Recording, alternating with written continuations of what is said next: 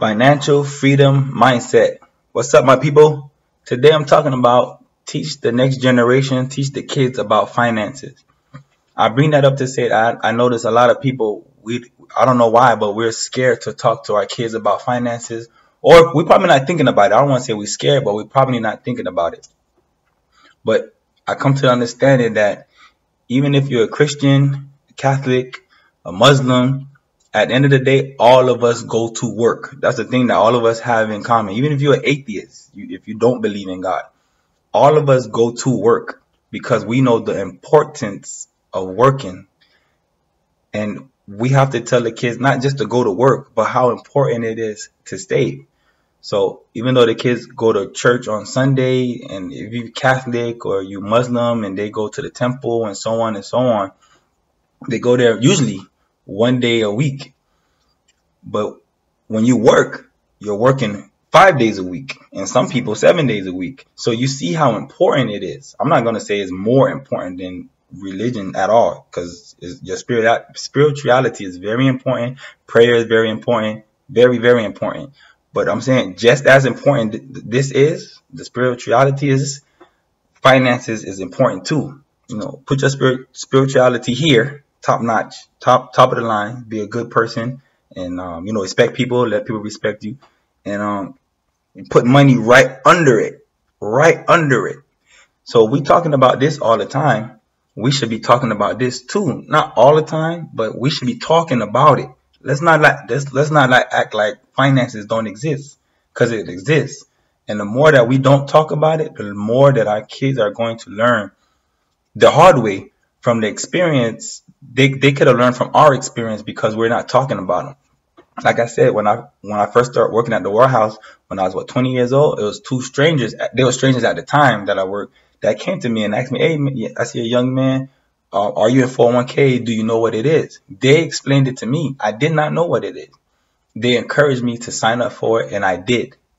So to get this knowledge and to pass it to my son, as soon as he's 18, let's just say he didn't go to college or whatever and trade school. Let's say he just started working. He want to work at Publix. The first thing when he get hired, I'm still in his life. Hey, they offer 401k at Publix. They offer benefits. Get the packet, bring it home. Let me fill it out with you. Or if I don't know all the information, we'll find somebody who know the information, and then we'll make sure you sign up for this. The $30 that they're taking away out of your check, the $30 that Publix is giving you is $60. Every week they're taking $60 out of your check for 30 years or until you retire. Whatever the math is benefiting you. 70,000, 80,000, maybe 100,000. I know Publix is very good when it comes to that. So now you got 100,000 for your retirement. Hopefully by then your house is paid off and you don't have no car payment and nothing. You get your Social Security, but at the same time you have 100,000 to enjoy yourself or whatever reason you need it for. So I'm saying, every time I see my little sister, she's 17 years old, I talk about finances with her. We talk about everything else too, but I give her 2 or 5 minutes of me just talking about it. Why? Because nobody else is talking to her about money. I ask questions. Hey, who else talk to you like I talk to you? Is nobody. And the reason I come and say, talk to the kids about financing. Don't let them learn the hard way. Don't let them go into debt like we went into debt. Don't let them learn from our experience. We did it. And the smart thing we can't change them. We could just give them the knowledge. At least at the end of the day, I say, hey, I tried to talk to my son. I was leading by example. He chose to do that. But at least I want to give him the option of him choosing to do it. But if I can stop it, I want to help. Like I said, it's very important. We're going to work 5 days a week. Every year for years. Majority of us work for 30 to 40 years of our life to get money. But to come home and not act like it's not important, you'll rather be home relaxing with your family, spending time with your kids, your loved ones, your family, your wife, your husband, your uncle. You'd rather be doing anything but at work. But you're doing it because you have to get money.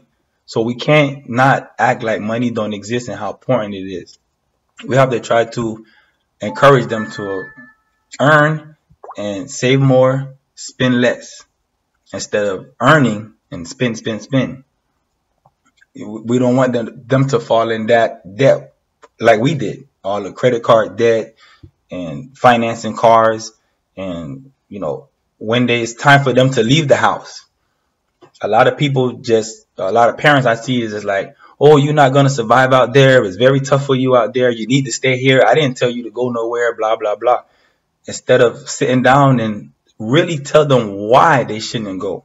I don't want you to move yet, because if you go out there, you're going to be paying rent, plus electric, plus cable, your phone bill, your car payment, full coverage insurance.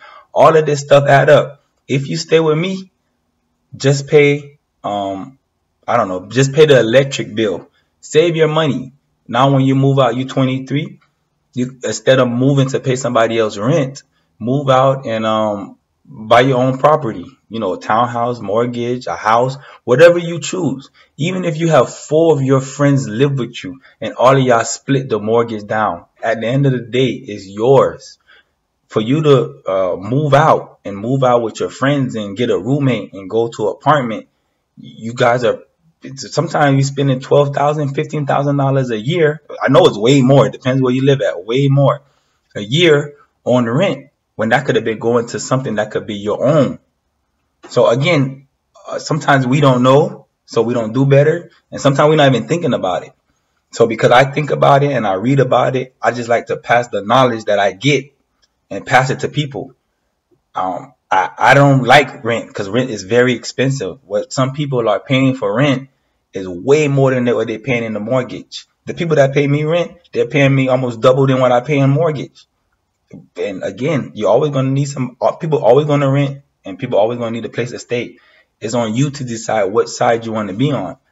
Anybody who listening to this, and I want you to pass it to your friends, it's better you buy your own and own it at the end of the day.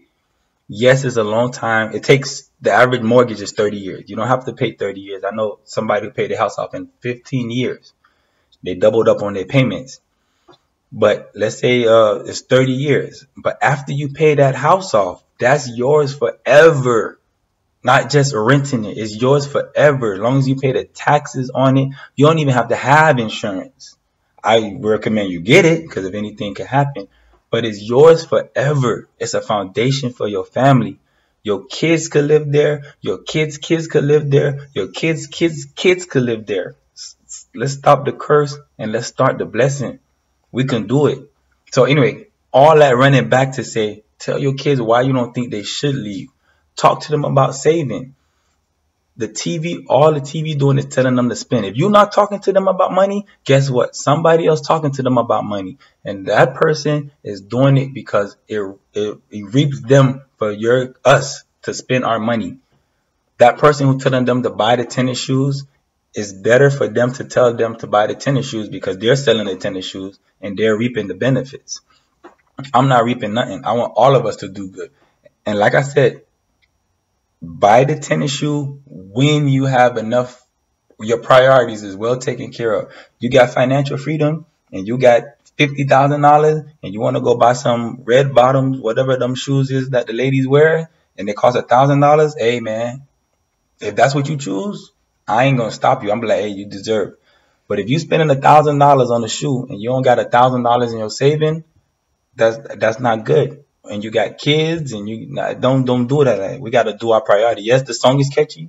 The song is good, but don't spend $1,800 on some shoes and you ain't got $1,800 in your account. Even if you got $5,000, don't spend no $1,800 on that, because what happened, you ain't gonna never get that money back. You'll never get that money back, and you'll regret it. And then they'll just sit in your closet. You're probably gonna wear it twice because you don't want to wear it all the time, because you don't want people to see you wearing the same shoe all the time. And $1,800 is a lot. You could pay a lot with that.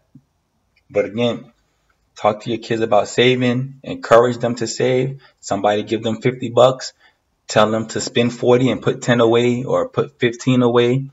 Let them open up a savings account. Just let's get them in the mindset of saving. Earn more, spend less. Just keep putting it in them. They're gonna grasp it. I know they're young right now. They're gonna grasp it. And you're working very hard. So let's not act like money don't exist. Next time, my people.